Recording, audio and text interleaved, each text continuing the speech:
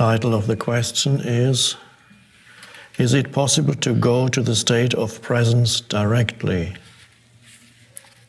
The question is it possible to be in the state of presence without before having questioned all our stressful thoughts? I think that Byron Katie would say no. Thank you. Okay, I'll read it again. Is it possible to be in the state of presence without before having questioned all our stressful thoughts? I think that Byron Katie would say no. Okay?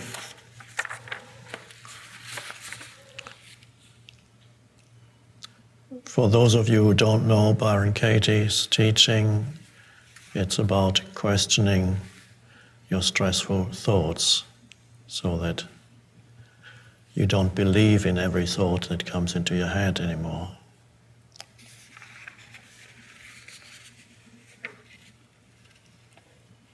So you ask things like, when a thought arises and you make a statement about a situation, a person, about yourself, about life, you ask yourself, do I know absolutely that this is true?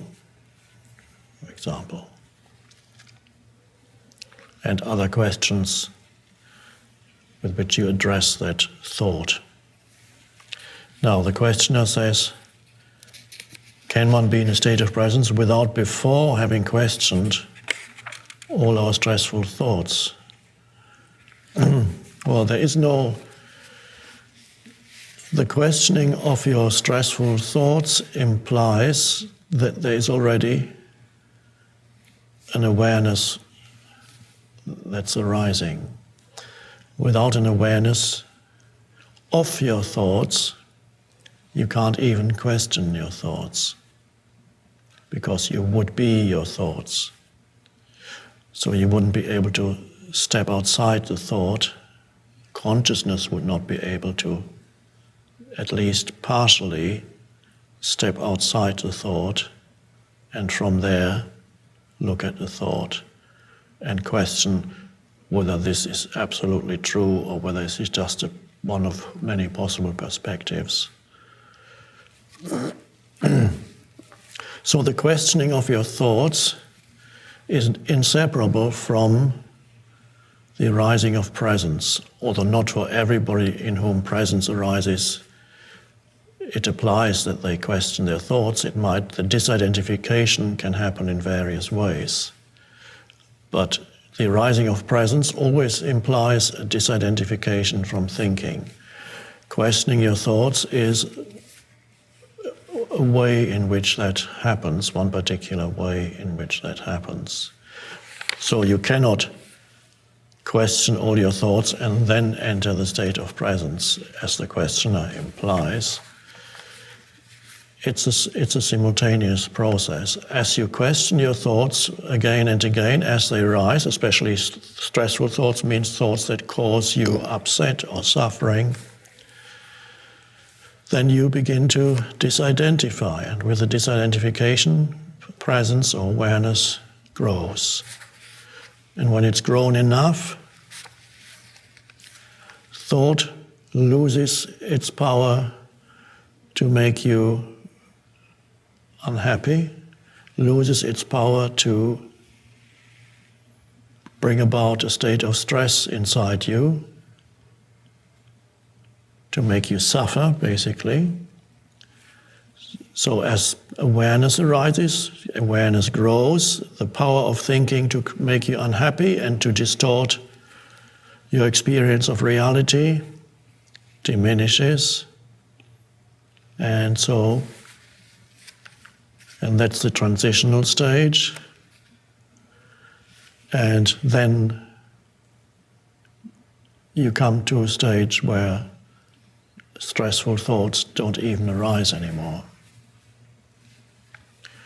But the most important thing is already when thoughts, if they do still arise, the intermediate stage, they are recognized as stressful thoughts, so they lose their hold over you. In other words, the mind loses its hold over you. There's no longer total identification with who you are and your mind.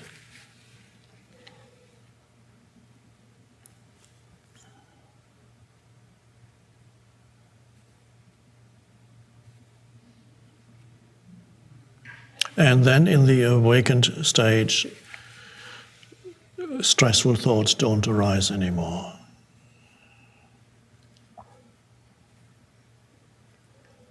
In other words, you don't tell yourself stories that make you unhappy or upset.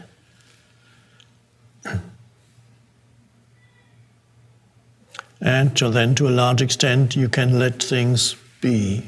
To a large extent, you can move around life without an excessive interference of thinking.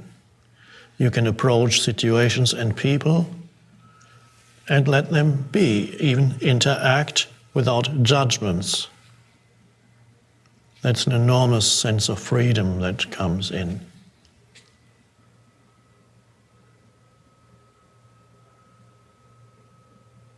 And you become free of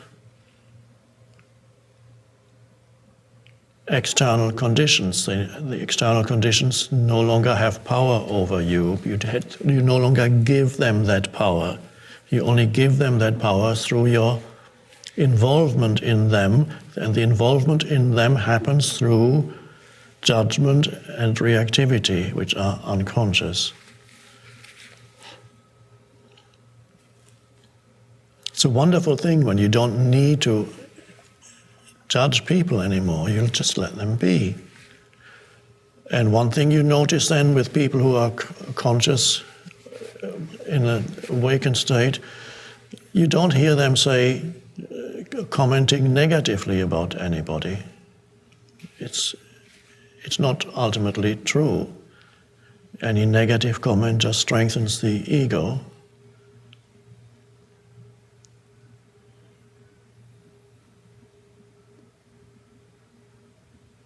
Don't complain about anybody. They do what they do. What can you add to that by complaining? Situations are as they are. What can you add to them by upset,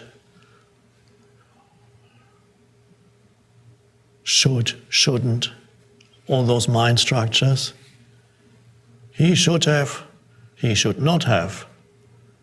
They shouldn't, they should. I should have.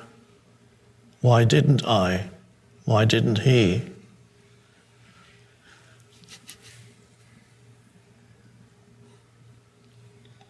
That complicates life. But that's most people's reality.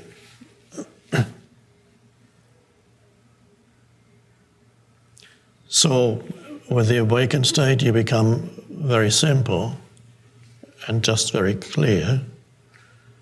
And really, no situation is complicated anymore. And you don't even try to figure out what people's motivations are.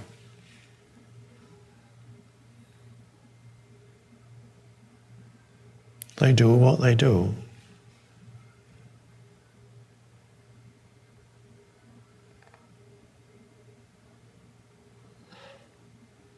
And today's thief or dishonest person or whatever they do, maybe 10, 20 years from now, they may be enlightened.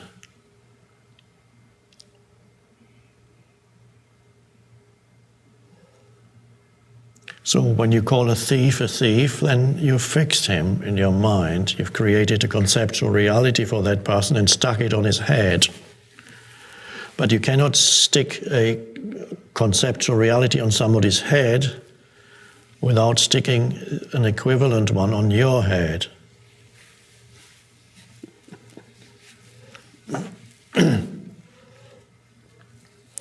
And since the mind manufactures a conceptual reality for everybody with fixed ideas and opinions about people, often with a focus on the negative, often with a focus on their shortcomings.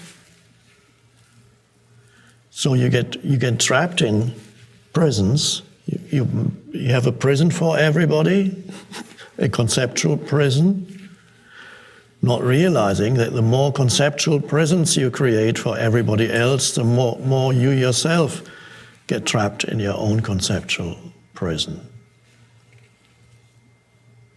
Somebody else said that 2,000 years ago in slightly different words about judging others.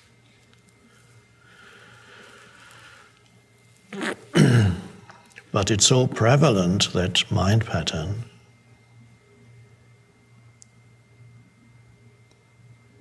And it's so satisfying to the ego, the false mind-made sense of self. With every conceptual prison that you make for somebody else, it feels strengthened in its sense of identity.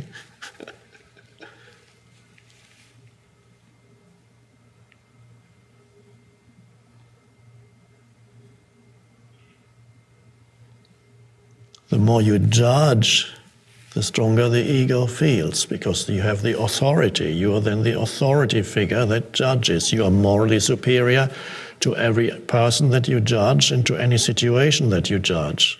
This is the implication, the unconscious assumption.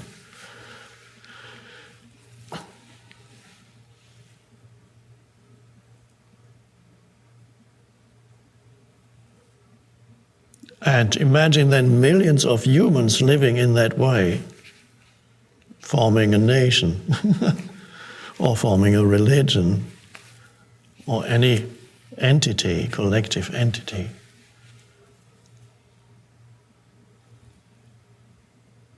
So the world cannot change unless those patterns change. And they do not change with the collective entities, they can only change with you. And it requires vigilance on your part to know whether or to what extent you're still doing it.